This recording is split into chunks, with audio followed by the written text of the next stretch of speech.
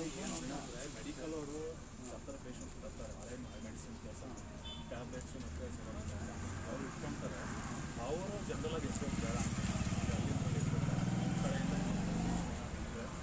ಅವ್ರಿಗೊಂದು ಇನ್ಫಾರ್ಮೇಷನ್ ಹೋಗಿ ಎಲ್ಲರಿಗೂ ಹೇಳೋಕ್ಕಾಗಲ್ಲ. ಯಾಕಂದರೆ ನಾವು ಟ್ಯಾಬ್ಲೆಟ್ಸ್ ಹೇಳ್ತಾ ಇಲ್ಲ ಅದೊಂದು ಚಾನ್ಸ್ ಪಾಸಿಬಿಲಿಟಿ ಇದೆ ಆಗಬಾರ್ದು ಅಂತ ಖಾಲಿ ಬಾಟ್ಲು ಈ ಕಡೆ ಇನ್ಫಾರ್ಮೇಷನ್ ಹೋಗ್ಬಿಟ್ಟಿದೆ.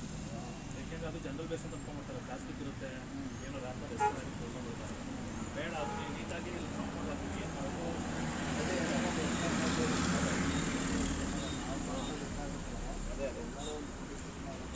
ಏನು ಪ್ರೊಸೀಜರ್ ಇದೆಯೋ ಅದು ಫಾಲೋ ಮಾಡಿ ಪಬ್ಲಿಕ್ಕು ಮಾಡ್ತಾರೆ. ಯಾರು ಸುತ್ತಮುತ್ತ ಮೆಡಿಕಲ್ ಶಾಪ್ ಜಾಸ್ತಿ ಇರೋದು.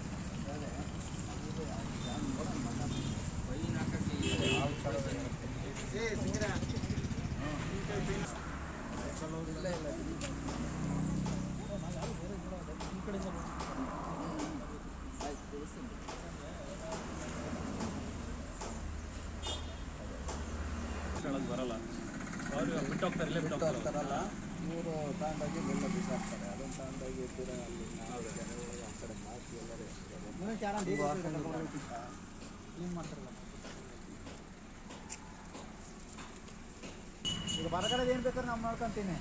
ಹೊರಗಡೆ ಕಾಂಪೌಂಡಲ್ಲಿ ಬಂದಾಗ ನಮಗೆ ಇದಾಗಲ್ಲ.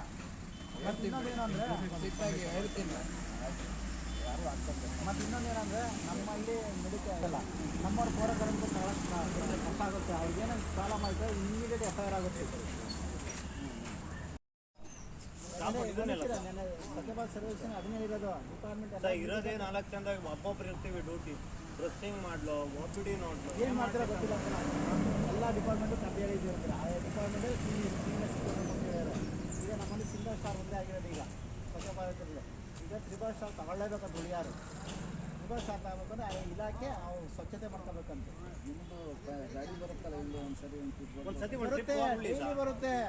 ನಾವು ಕ್ಲೀನ್ ಮಾಡ್ಕೊಂಡು ಹೋಗ್ತೀವಿ, ಮತ್ತೆ 4 ಕಡೆಗೆ ಹೋಗ್ತೀವಿ, ಮತ್ತೆ ಹಾಕಿರ್ತಾರೆ ಇಲ್ಲಿ. ಅದೇ ಸರ್, ನಾವು ವಾಚ್ ಮಾಡೋಕೆ ಹೋಗಕ್ಕೆ ಸರ್. ಅದು ನಾವು ಅಲ್ಲಿ ಒಳಗಡೆ CCTV ಮಾಡ್ಬೇಕು ಸರ್. ಅದೊಂದು ಎಮರ್ಜೆನ್ಸಿ ಹಾಕಿಸ್ಬೇಕಪ್ಪ. ಅದು ಒಂದಿಬ್ಬರಿಗೆ ಮುಂದೆಲ್ಲ ವರ್ಷ ಎದುರಿಸ್ಬಿಟ್ರೆ ಇನ್ಯಾರು ಹಾಕಲ್ಲ. ನೀವು ಮಾಡ್ಬೇಕಪ್ಪ ಹಾಸ್ಪಿಟಲು. ನಮ್ಮದು BPD ಸಿಕ್ಕಾಬಿಟ್ಟು ಇರ್ತವೆ. ನಾನು ಹೇಳ್ತಿರೋದು ಏನು ಬಂದು ಸರ್, ಈಗ ಡ್ಯೂಟಿ ಟೈಮಲ್ಲಿ ಇವ್ರು ಎಷ್ಟೋದ್ರೂ ನಾವು ಒಳಗಡೆ ಇದ್ದರೆ ನಮ್ಗೆ ಗೊತ್ತಾಗಲ್ಲ. ನಾನು ಹಿಂಗೆ ಹೇಳಿರಿ, ಇನ್ನು ಬಿಹಾರದವ್ರು ಹೇಳಿದ್ರೆ ಕರೆಕ್ಟಾಗಿದೆ ಮಾತು. ಕರೆಕ್ಟಾಗಿದೆ ಸರ್. ನಾನು 12 ಗಂಟೆ ತನಕ ವಾಚ್ ಮಾಡ್ತೀವಿ ನೈಟು. ಅಲ್ಲಿ